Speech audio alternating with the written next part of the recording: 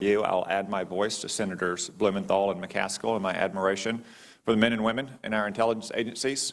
I've had a chance as a member of the Intelligence Committee to meet them here at hearings and at their headquarters and around the world, and they don't get the credit they often deserve. The troops that we help provide for in this committee usually do because they wear uniforms and they're known in public, but intelligence officers don't wear uniforms and they're frequently undercover. So I want to express my admiration and deepest respect and gratitude for what they do.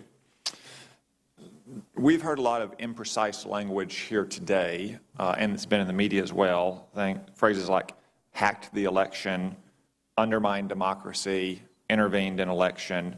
So I want to be more precise here. Director Clapper, let's go to the October 7th statement. That says, quote, the recent compromises of emails from U.S. persons and institutions, including from U.S. political organizations, was directed by the Russian government. Are we talking there specifically about the hack of the DNC and the hack of John Podesta's emails? Yes. Are we talking about anything else? Well, that was essentially at the time what we were talking about. At the time, then, it says that the recent disclosures through websites like DC Leaks and WikiLeaks are consistent with the methods and motivations of Russian-directed efforts.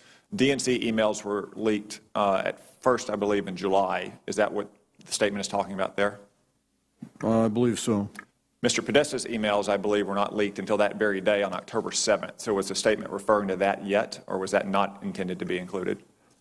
I'd have to research the exact chronology of when John Podesta's emails were compromised. But I think, though, that that bears on my statement that our assessment now is even more resolute than it was with that statement on the 7th of October. Thank you. Admiral Rogers, in November at the Wall Street Journal Forum, you stated, quote, this was a conscious effort by a nation-state to attempt to achieve a specific effect, end quote. By that, did you also refer to the hack of the DNC, the hack of John Podesta's email, and the leaks of those emails? Yes. Did you refer to anything else besides those two things?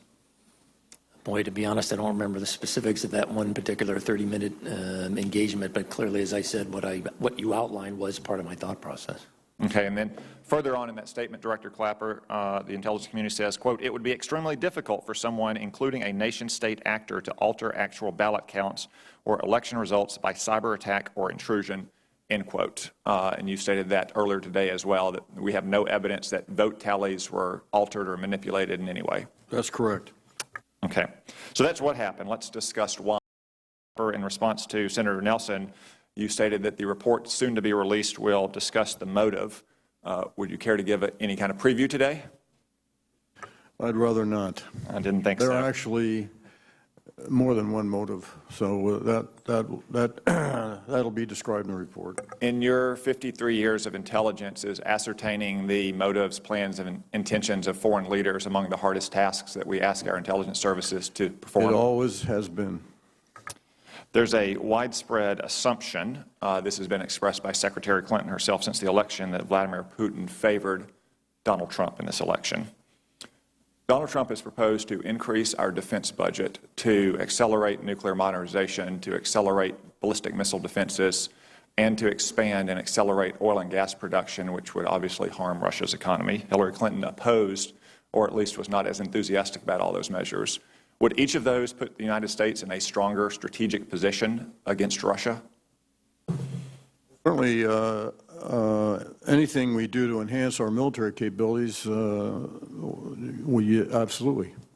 So there is some contrary evidence, despite what the media speculates, that perhaps Donald Trump is not the best candidate for Russia.